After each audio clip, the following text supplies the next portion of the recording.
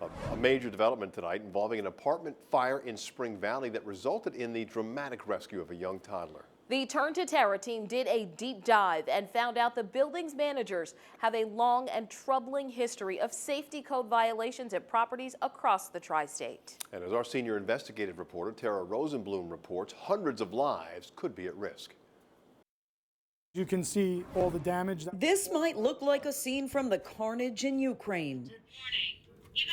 But it's not. It's the video shot of the aftermath of a raging apartment fire along Kennedy Drive in Spring Valley that left multiple people trapped, including a 2-year-old child. The electrical boxes are hanging off the walls. Our cameras rolling as inspectors discovered more than 100 safety code violations. There's no bedroom smoke detector. The neglect so significant. You have a broken door. We decided to do a deep dive on the property, starting with several public document requests that led us to the owners, Country Village Towers Corp., which turns out is affiliated with Weinreb Management, based in New York City, which we discovered is the same Weinreb Management slapped with a major lawsuit from New York City officials just 1 month to the day before the fire broke out, warning lives were at risk at 11 other properties in Manhattan, Brooklyn, Queens, and the Bronx, too.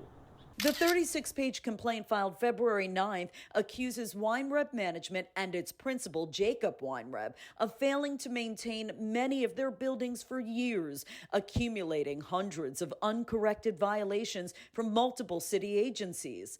But instead of fixing the problems, the suit alleges the defendants allowed their buildings to deteriorate to the point where they pose an imminent threat to the health and safety of the tenants and the public.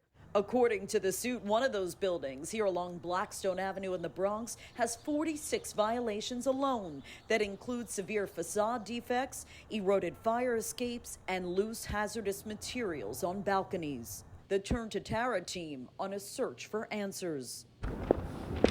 So after our calls to Jacob Weinreb went unreturned, we paid a visit to his New York City office. We'd like to speak with Mr. Weinreb. We spoke with a woman who identified herself as a longtime employee of Weinreb Management.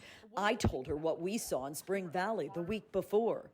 I saw bedrooms without smoke detectors.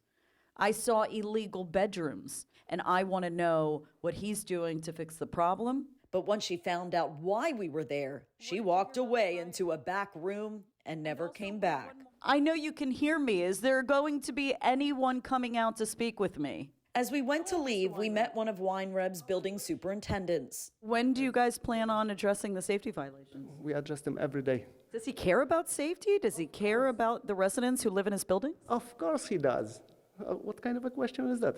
But according to Rockland County officials, it's just the latest setback in a community that's come under fire for code enforcement issues for decades. It's a shame, and it's outrageous. Tara Rosenblum, News 12.